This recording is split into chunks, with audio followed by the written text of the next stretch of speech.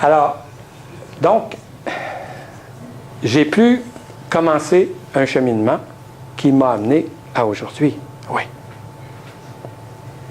Un jour, je me suis ramassé à perdre tous mes biens matériels et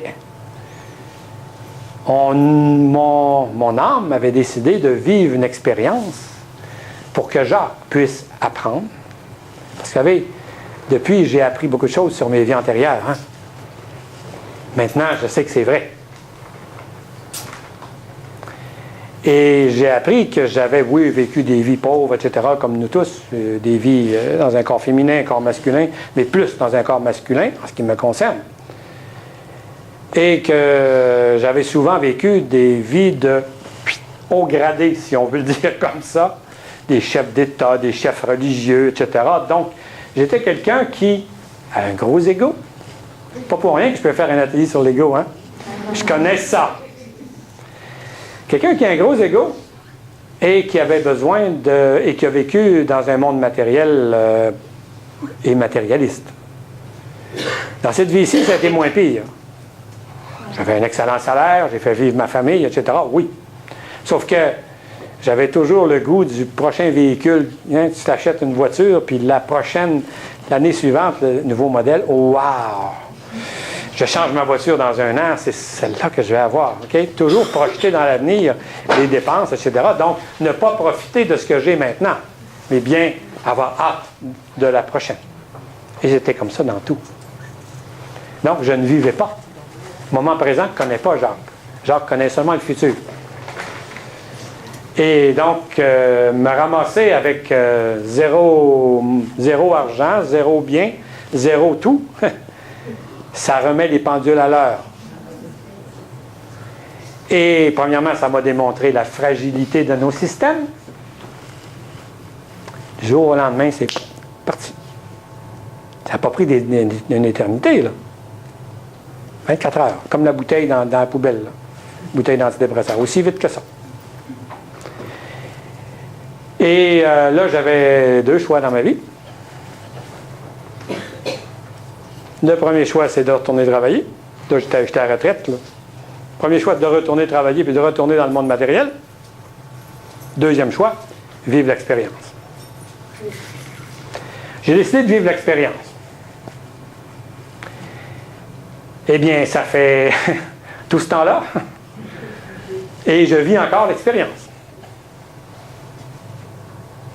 Parce que j'ai été dur à comprendre. C'est fort, l'ego, hein? J'étais dans ce cheminement-là, j'étais maître Reiki, j'aidais des gens, j'avais déjà l'énergie plein les mains, etc. Mais je vivais encore dans mes peurs. Dans mes peurs de manquer d'argent, peur de manquer de tout.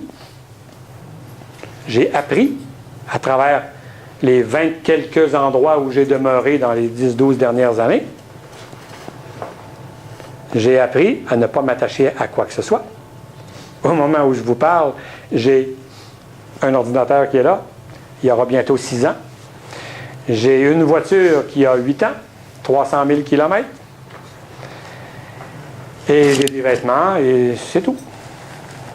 Qu'est-ce qu'on a besoin de plus dans la vie? Rien. Tout ce qu'on nous fait miroiter, c'est du vent. Et c'est pas ça qui fait le bonheur. Le bonheur, il est à l'intérieur. J'ai appris, et ça, je pense, c'est le plus gros apprentissage que j'ai pu faire, c'est ça. C'est d'apprendre que mon bonheur, il n'est pas dans ce que je possède, mais bien dans qui je suis. Il est à l'intérieur de moi. Je vous dirais qu'aujourd'hui, je suis l'homme le plus heureux que j'ai jamais été dans toute ma vie. Et je vis seul. J'ai divorcé, bien sûr, à travers ça. Je vis seul. Bien sûr. C'est pour ça que vous êtes heureux.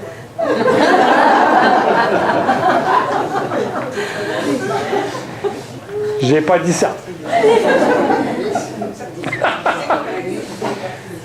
Ce que je veux dire, c'est qu'il y a des circonstances qui font qu'il y a des choses qui explosent.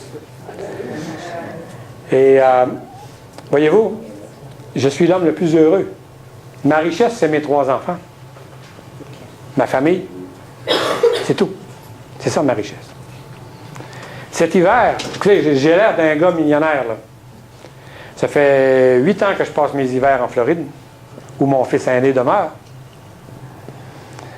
Grâce à lui, je peux avoir des appartements tout meublés, tout équipés, etc., pour un prix incroyable, que je peux payer. Il est courtier dans le domaine immobilier, donc il a des contacts. Et l'été au Québec, l'hiver en Floride, quoi de mieux, c'est l'été tout le temps. Cet hiver, j'avais décidé, en quittant la Floride, parce que ça faisait 2 ans que j'habitais la Floride, j'avais décidé, j'ai mis les boîtes qui me restaient dans le garage chez mon fils, quelques petites boîtes, des livres, des choses. J'ai dit, tiens, tu gardes ça? J'ai dit, je vais passer l'hiver au sud de la France. Il dit, quoi? Oui, j'ai dit, je vais passer l'hiver au sud de la France. J'ai dit, je partais pour ma tournée de conférence, j'arrivais en Belgique le 13 octobre, puis je faisais la Belgique, la Suisse, la France, puis j'avais déjà ici ce soir qui était planifié avec Véronique. Et puis j'ai dit entre deux, pourquoi pas? J'avais des invitations pour le temps des fêtes en France chez des amis. Je vais passer l'hiver au sud de la France, mais je ne sais pas comment. Parce que bien sûr, ça coûte des sous faire ça. Donc, j'ai mis ça, des sous. Des centimes, vous dites ici? Alors, j'ai lancé ça dans l'univers, j'ai parlé à certains amis, etc. Et me voici à Cannes depuis le 3 janvier, dans une maison, 2 étages, 3 chambres à coucher, 2 salles de bain, qui m'est prêtée. Je ne paie que les petites dépenses, chauffage, etc. Et voilà. Elle n'est pas à moi, mais je l'habite. Voyez-vous? Ça, c'est l'abondance. Ça, c'est ce que j'ai appris dans les 17 dernières années. L'abondance, ce n'est pas ce que j'ai. L'abondance, c'est je ne manque de rien dans ma vie. Et pour être capable de vous en témoigner ce soir, il a fallu que je le vive. Et je le vis encore. Je ne vous cache pas que des fois, la partie humaine de Jacques aimerait beaucoup retrouver un lieu permanent où je me réfugie, oui. Je sais que ça vient. Mais pour le moment, je suis bien comme ça et ça va venir quand je serai vraiment prêt à ce que ça vienne parce que ça aussi, j'ai appris ça. Tu ne pousses pas sur les événements. Les choses t'arrivent quand c'est le moment que ça t'arrive. En dehors de ça, tu as beau essayer de pousser, ça ne fonctionne pas. Alors, on apprend la patience, on apprend à comprendre les messages qui nous sont envoyés par des refus, par des choses qui fonctionnent, et voilà. Vous voyez, magnifique salle ici ce soir. Pour moi, c'est superbe. Parce que plus je touche de gens avec le message, plus ça me rend heureux. Point. Voyez-vous? Donc ça, c'est moi. C'est d'où je viens, qui je suis maintenant, ce que j'ai vécu, ce que je vis. Je vous le raconte parce que les 100 pages dont je parle de moi dans le livre sont, je vous dirais, les 100 pages sur lesquelles les gens m'écrivent le plus. Et je ne voulais pas écrire sur moi dans mon livre.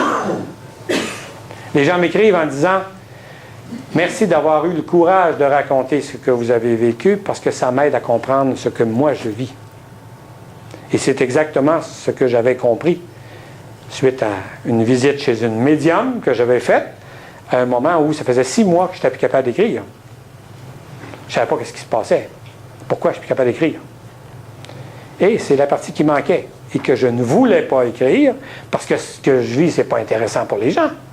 Voyons, ça n'a pas de sens. Alors, le message que j'ai eu, et il a été très énergétiquement fort, c'était il faut que vous parliez de vous parce que ça va aider les autres à comprendre leur cheminement. Alors, j'ai accepté et j'ai écrit et j'ai pu terminer mon livre.